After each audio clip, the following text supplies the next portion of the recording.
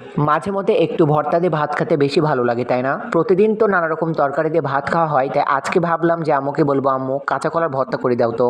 কারণ এই কাঁচা কলার ভর্তা খেতে আমাকে অনেক বেশি ভালো লাগে। এমনিতেও আমরা আলুর ভর্তা, ডালের ভর্তা, বিভিন্ন নানা রকম ভর্তা খাই, তবে আমার কাঁচা কলার ভর্তাটা অনেক বেশি ভালো লাগে।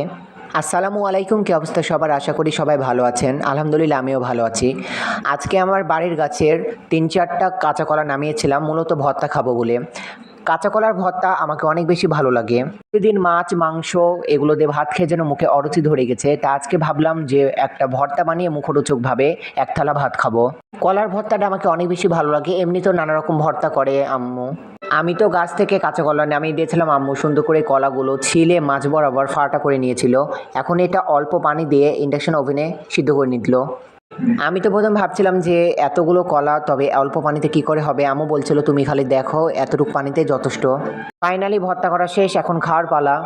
এত বেশি ভালো লাগছিল আমাকে। সবকিছুর অবসান শেষ, এখন খাওয়ার পালা। খাওয়ার টাইমে কথা হবে না।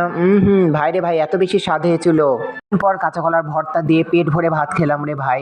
তোমাদের কাদেরকে কাঁচা কলার ভর্তা খেতে ভালো লাগে আমাকে কমেন্টে জানাবা। আল্লাহ হাফেজ।